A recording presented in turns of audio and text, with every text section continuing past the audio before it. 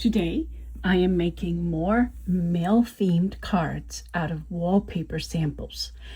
More specifically, wallpaper borders. I have a collection of expired wallpaper samples. You can get them for free from any local paint store. I use the papers in different crafts and sometimes on cards. Paper crafting supplies can add up over time, so it's nice to find some free supplies. All you have to do is ask. They are willing to just hand you their expired samples.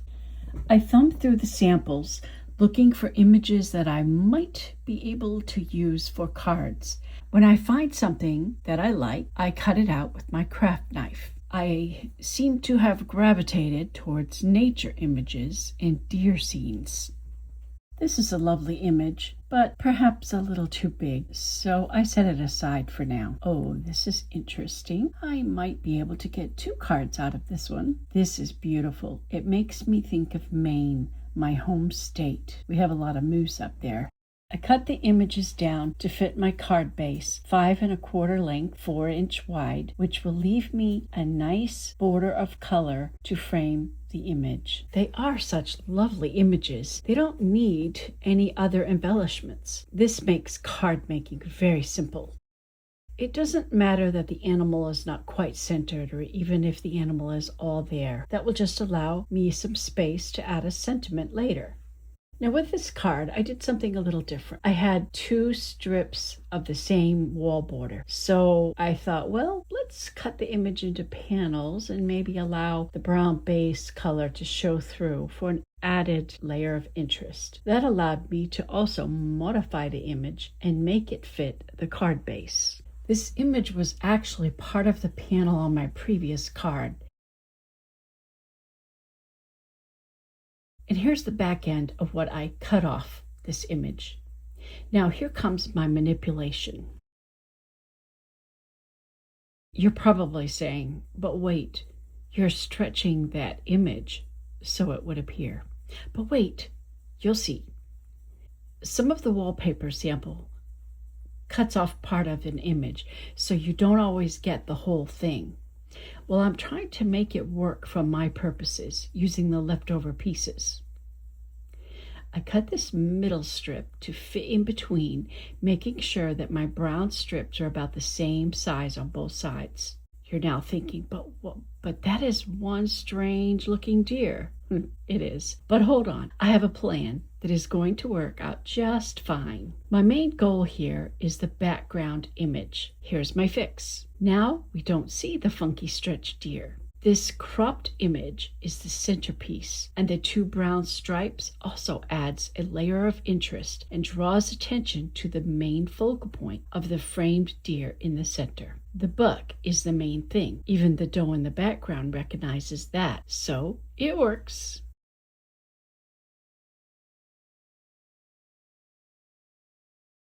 This lovely image was too pretty to chop down to my usual card size, so I kept it long. It's about 7 inches. That means I will have to make a special envelope to go with it, but I have the tools to do that, so I can do that. I haven't quite decided how to finish this card. I'll think about it a while I work on some other cards. That's what I usually do. Here I want to try to get the whole moose on the card. It needs to be 5 1/4 inch in length and 4 inch wide so that I can have a colored frame around the outside edge for a border.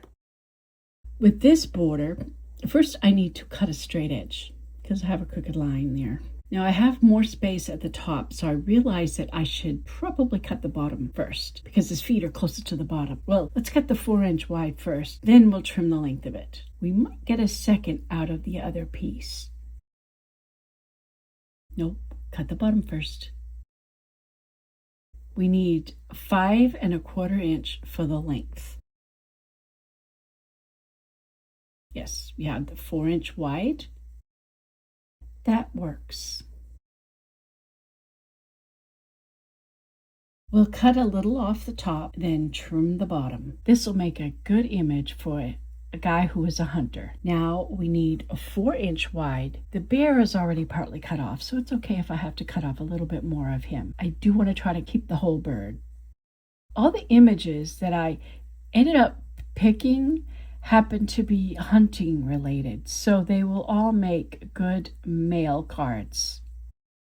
Here's the rest of the moose image. I'd like to use it. It's too narrow. It's not 4 inches wide to make a front for a card, so let's try using it on the inside. Too tall. There's a lot of empty sky there, so let's cut part of that off. Now it centers on the page quite nicely with an even border all the way around the 4 sides. I will place a white card base inside.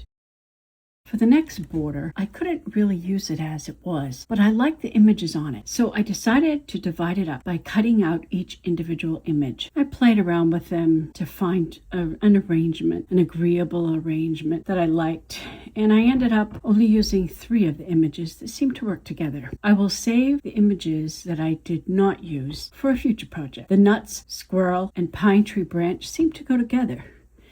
I felt I needed an additional color on this card, so I backed each image with a cinnamon brown paper before gluing them onto my green card base. Let me explain why I arranged them as I did. The larger image I pushed up to the top right-hand corner, forming a frame on the top and right edge, just like my previous cards, leaving that little bit of border around the corner. I used the squirrel on the opposite corner, completing the outer frame. Our eyes know how to connect the lines. For the nuts, I dropped down from the top, but I kept the same margin on the left as I did with the squirrel, so it forms a frame in our mind's eye that pulls it all together in a harmonious way. When I started making this card, I had forgotten that I had a new furry squirrel stamp set. I will show you how I finished off this card at the end of this video. Now I am down to slim pickings, with bits of scraps left over from what I had cut off. I'm working on arranging sort of a wilderness collection with the leftover bits. Even though I didn't pay for this paper, I still like to make the most of it. Trees can go at the top, the ground on the bottom. The plain piece in the middle would be a great place to put a sentiment. I trimmed the pieces to make sure that all the brown strips match the width of the frame going all the way around the card. Even the spaces in between, I want them all to be the same. I decided to try adding a tree line die cut and then some deer. I am using dimensionals to pop up the sentiment here. To finish off this nature scene, I added the words, "Breathe deep." When you are out in nature, that is the best place to breathe.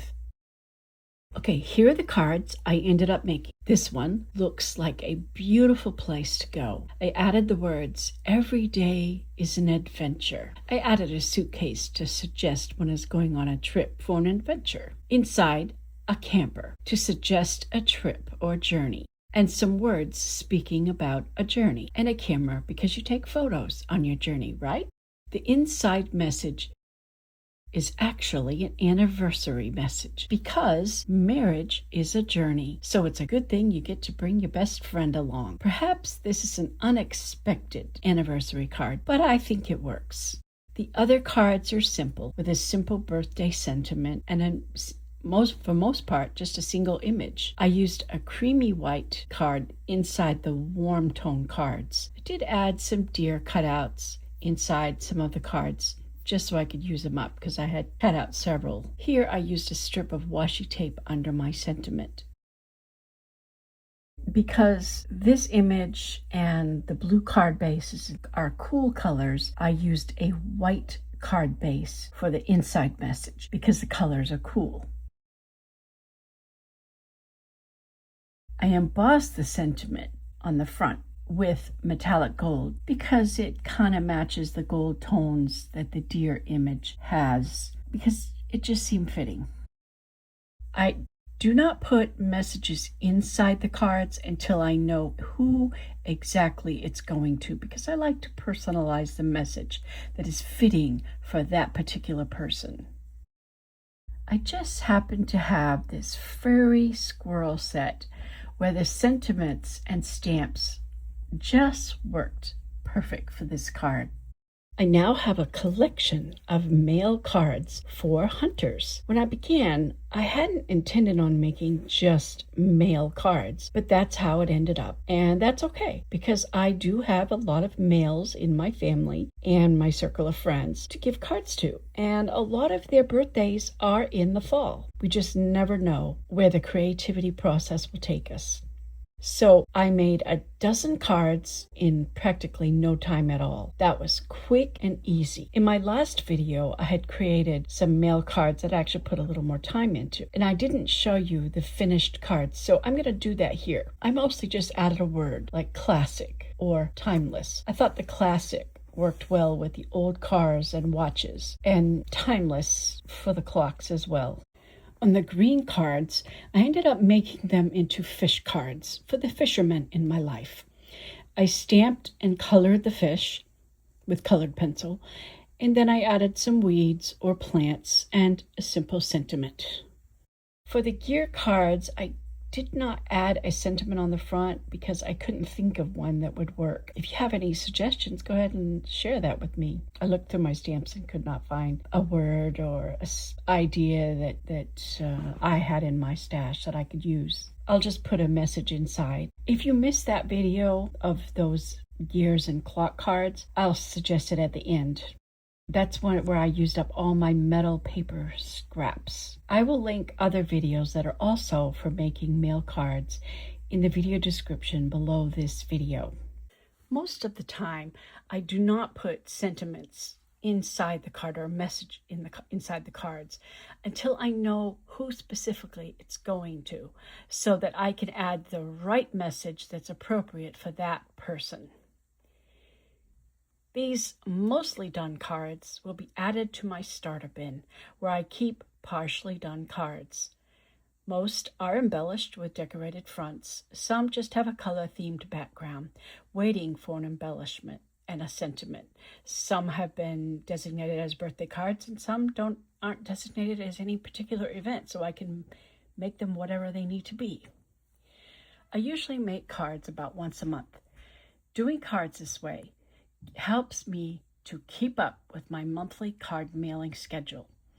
It makes finishing the cards quick and easy, which I need with my already busy schedule. I probably make close to 200 cards a year. That's including Christmas cards, which is the biggest list. I keep a list of the events that happen in every month of the people I like to send cards to, mostly birthdays and anniversaries. And I try to keep this starter bin well stocked at all times. My next card making session needs to be for children because I have lots of cards for men and lots of cards for ladies. I need some children's cards. That is why the squirrel set was just sitting on my desk. I was thinking of little animals and creating cards for children. That was my original plan, but I ended up somewhere else.